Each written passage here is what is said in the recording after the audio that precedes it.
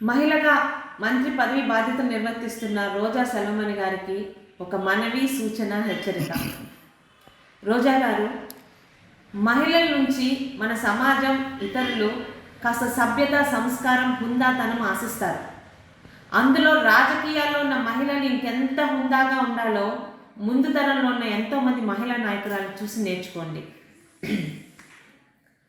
ఈరోజు తెలుగుదేశం గురించి, తెలుగుదేశం నాయకుల గురించి మీరు మాట్లాడే మాటలు, మీ హావభావాలు చాలా నీచంగా ఉంటున్నాయి.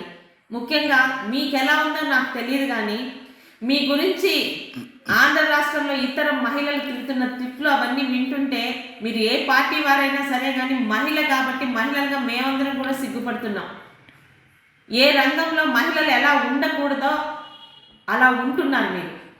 ఈరోజు 175 నియోజకవర్గాల్లో తెలుగుదేశం పార్టీ అభ్యర్థుల గురించి నోరు పారేసుకుంటున్నారు. దయచేసి ఒక్కటి ముందు గమనించుకోండి.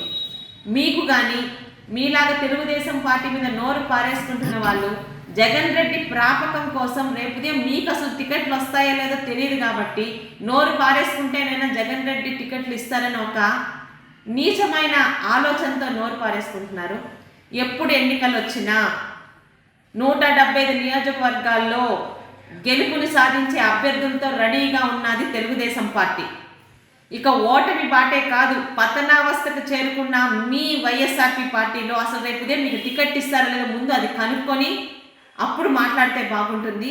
దయచేసి నోరుని అదుపులో పెట్టుకుంటే మహిళగా అయినా ఆ కొంచెం గౌరవమైన మీరు నిలుచుకుంటారని ఆశిస్తూ మీ తోటి మహిళగా ఉంటున్న మీ సోదరి గౌతు శిరీష.